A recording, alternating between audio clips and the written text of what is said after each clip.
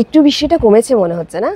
তাও কালকে রাতে বেশ বৃষ্টি পড়েছে, মাঝে মাঝে বৃষ্টি হচ্ছে, তাও আগের যতটা বৃষ্টিটা হচ্ছিল সেটা থেকে একটু কমেছে। তবে সেপ্টেম্বর পর্যন্ত আমাদের কিন্তু এই বৃষ্টির রেশটা আমরা দেখতেই পাবো।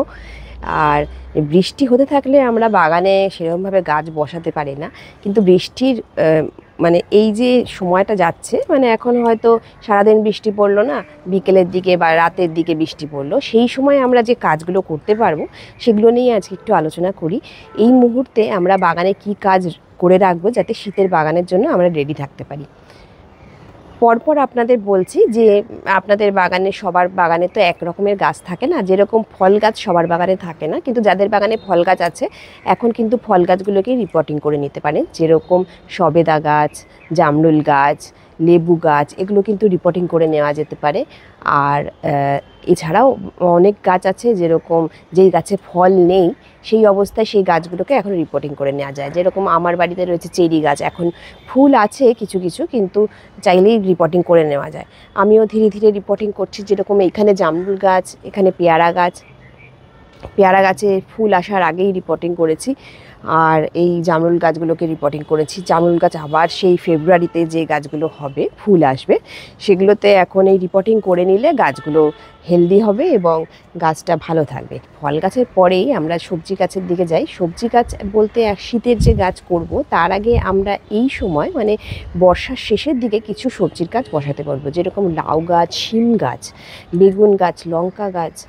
তবে সব বীজ যেখানেই বসাবো সেখানে কিন্তু আমাদের একটা প্লাস্টিকের শেড দিতে হবে। শেড দিলেই তবে গাছগুলোর চারা তৈরি করতে পারবো, না হলে কিন্তু শেড না দিলে বৃষ্টি আবার যদি হঠাৎ পড়ে তাহলে কিন্তু আবার গাছগুলো নষ্ট হতে পারে। সেজন্য শেডের নিচে, যেরকম আমি এখানে একটা স্ট্রাকচার করা আছে, এই স্ট্রাকচারের উপরে আমি প্লাস্টিক দিয়ে গাছ করতে পারবো, ছোট ছোট চারা তৈরি করে নিতে পারবো। এখানে এখন শুরু করে দেওয়া যায়। আর শিম গাছ, লাউ গাছ কিন্তু আমরা বসিয়ে দিতে পারি, খুব একটা অসুবিধা হবে না, কারণ এখন যদি বসিয়ে দেওয়া হয় তাহলে গাছটা বেশ বড় হতে পারে। আর তারপরে এই শীতের শুরুতেই এই শিম গাছ থেকে কিন্তু শিম ধরতে শুরু করবে। এখন আরও যে গাছগুলো বসানো যায় তার মধ্যে হলো টমেটো গাছ বসাতে পারেন। টমেটো গাছও বর্ষার থেকে একটু বাঁচিয়ে রাখতে হয়, তবে গাছগুলোকে যদি ঠিকঠাক রাখতে পারেন তাহলে কিন্তু সেই টমেটো গাছ থেকে শীতের শুরুতেই টমেটো পাওয়া যায়। আর এই যে শাকের গাছ রয়েছে, সেই শাকের গাছও কিন্তু আপনারা বসাতে পারবেন, যেরকম লাল শাক, কলমি শাক, নোটে শাক, ধনেপাতা, পালং শাক, এইরকম শাকের গাছগুলো বসাতে পারেন, যেগুলো এই বর্ষার একটু কমে গেলে তখন কিন্তু বেশ ভালোই হয়। আর বেশি বৃষ্টি পড়লে যখন বীজটা দেবেন তখন একটু প্লাস্টিক দিয়ে ঢেকে দেবেন, তাহলে বীজটা নষ্ট হবে না। আর ছোট ছোট যখন চারা বেরিয়ে থাকবে তখন একটু বৃষ্টি থেকে সরিয়ে রাখতে হবে, তারপর গাছটা যেই একটু বড় হয়ে যাবে তখন কিন্তু আর বৃষ্টির জল লাগলে কোনো ভয় থাকে না। সেজন্য এখন চাইলেই আবার অল্প অল্প করে বসানো যেতে পারে। সবজির গাছের মধ্যে আমরা শীতের যে সবজির গাছগুলো সেগুলো কিন্তু এখন সেইভাবে বসাবো না, যেরকম ফুলকপি, বাঁধাকপি, ওলকপি, মূলো, এইগুলো কিন্তু এখনও বসাবো না, কারণ একটু বৃষ্টিটা কমে গেলে সেপ্টেম্বর থেকে আমরা বসাতে শুরু করব। তবে এই অগাস্টে আমরা চাইলে লাউ, শিম, বেগুন এগুলো বসাতেই পারি। আর এখন যে ফল গাছগুলোকে আপনারা রিপোর্টিং করছেন, এরপরে 1 মাস পরে মানে এই অগাস্টের শেষের দিকেই আমরা এই গাছগুলোকে অল্প অল্প করে খাবার দিতে শুরু করব, বা সেপ্টেম্বরে অল্প অল্প করে খাবার দিতে শুরু করব। আর শীতের আগে আবার নভেম্বরে আবার খাবার দিতে হবে, আবার ফেব্রুয়ারিতে আবার খাবার দিতে হবে। এইভাবে পরপর খাবারটা দিয়ে যেতে হবে ফল গাছগুলোতে। আর যেই গাছে আপনারা চাইছেন প্রপাগেশন করতে, যেরকম বিভিন্ন রকম ফুলের গাছ রয়েছে সেগুলোকে প্রপাগেশন করা যায়, যেমন বোগেনভেলিয়ার গাছে নতুন চারা তৈরি করে নেওয়া যায়, আর জবা গাছে, স্থলপদ্ম গাছে চারা তৈরি করে নেওয়া যায়। এগুলো কিন্তু চাইলে এখন প্রপাগেশনটা করা যায়, যাদের ইচ্ছে আছে এই ওয়েদারটাতে কিন্তু প্রপাগেশন করে নিতে পারেন। অতিরিক্ত বৃষ্টিতে গাছ নষ্ট হয়, এই সময় যখন বৃষ্টি একটু কমে এসছে তখন কিন্তু এই প্রপাগেশনের কাজটা করা যায়। ওয়েদারটা ভালো রয়েছে, এখন প্রচণ্ড রোদের তাপ নেই, চাইলেই আপনারা করতে পারবেন। আর শীতের সবজি বা ফুলের গাছ বসানোর আগে যেটা তৈরি করতে হয় সেটা হলো মাটি। মাটিটা এই যে ওয়েদার, বর্ষার ওয়েদার, এই সময় তৈরি করা যায় না, তবে আমাদের বেস্ট সময় হলো অক্টোবরের মাসটা। এই অক্টোবর মাসে কিন্তু রোদ্দুর আপনি বেশ ভালোই পাবেন, আর সেই সময় কিন্তু মাটিটা তৈরি করে নেবেন। এই সময় মাটিটা তৈরি করে নিতে পারলে, বা সেপ্টেম্বরেও যেদিনকে যেদিনকে রোদ পাবেন ভালো করে রোদ্রে মাটিটা শুকনো করে নিয়ে সেই মাটিতে ভার্মি কম্পোস্ট বা গোবর সার, তার সাথে সাথে মিক্সড ফার্টিলাইজার বেশ ভালো পরিমাণে মিশিয়ে মাটি রেডি করবেন। মিক্সড ফার্টিলাইজার যদি না দেন তাহলে ট্রাইকোডার্মা ফাঙ্গিসাইড হিসেবে ইউজ করবেন। আর এর সাথে হাড় গুঁড়ো, শিংকুচি, নিমখোল, সর্ষের খোল, বাদাম খোল এগুলো সব মিশিয়ে মাটি রেডি করবেন, যাতে গাছ বসানোর সঙ্গে সঙ্গে গাছের একটা সুন্দর গ্রোথ দেখা যায়। গাছের গ্রোথটা প্রথম দিকে ভালো হলে গাছটা বেশ হেলদি থাকে এবং গাছের কাণ্ডটা বেশ হেলদি থাকে, এতে ফল ফুলটা ভালো হয়। সেই জন্য আমাদের মাটিটা সুন্দরভাবে তৈরি করতে হবে, যাতে সেই মাটিতে কোনো রকম পোকামাকড় না লাগে, গাছের শিকড় নষ্ট না হয়। শিকড়টা নষ্ট হয়ে গিয়ে কিন্তু বিভিন্ন রকম সমস্যা হয়, যেরকম নিমাটোডের সমস্যা হয়, বিভিন্ন রকম কেঁচো, কেন্ন, পোকামাকড় বিভিন্ন রকমের সমস্যা হয়, যেগুলো আমরা নিমখোল আর ট্রাইকোডার্মা যদি দিতে পারি তাহলে কিন্তু এই সমস্যাটা হবে না। সেই জন্য মাটি তৈরির সময় এই দুটো জিনিস দিতে হবে। আর তার সাথে সাথে প্রচুর পরিমাণে খাবার দিতে হবে। খাবার যদি ভালো থাকে তাহলে গাছটা হেলদি হবে। আর প্রত্যেক মাসে একবার করে নিমখোল 1 চামচ থেকে 2 চামচ মতন দিয়ে যেতে হবে, তাহলে গাছটা হেলদি থাকবে।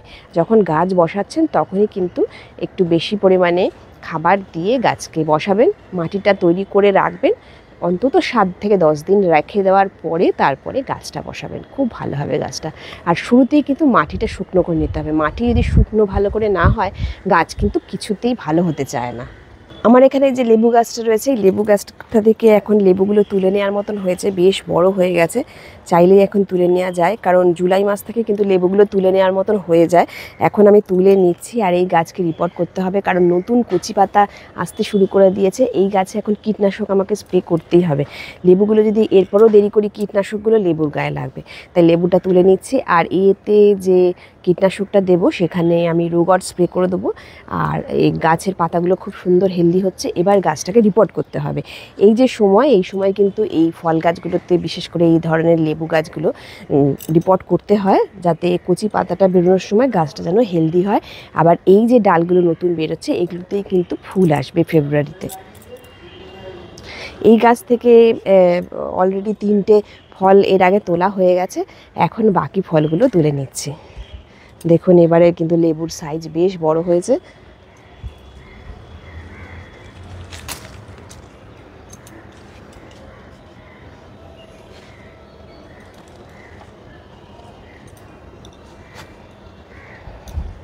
আজকে এখন 5টা তুলে নিলাম। 8টা ফল ছিল, সেখান থেকে 3টে তুলে নেওয়া হয়েছে, আজকে 5টা তুললাম। লেবুগুলো বেশ বড় বড় হয়েছে আর খুব মিষ্টি।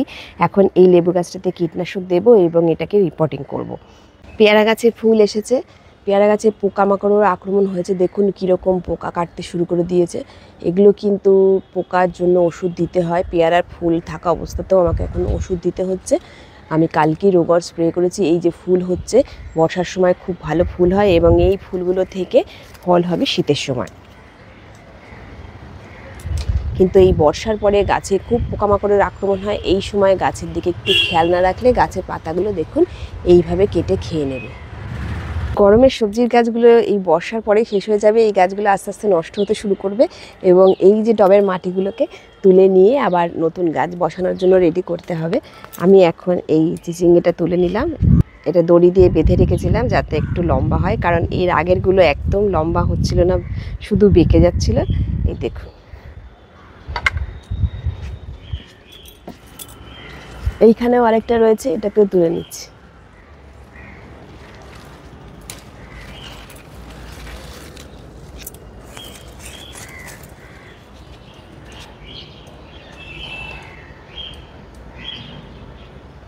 এই গাছগুলোর সবজি এখন শেষের পথে, দুটো একটা করে হচ্ছে এখন মাঝে মাঝেই, আর সেগুলো তুলে নিচ্ছি।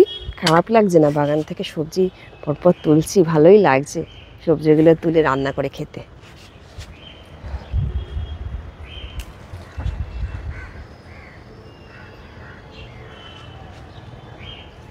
এখানে ঢেঁড়স গাছগুলো তো একটা দুটো ঢেঁড়স হয়েছে, তুলছি।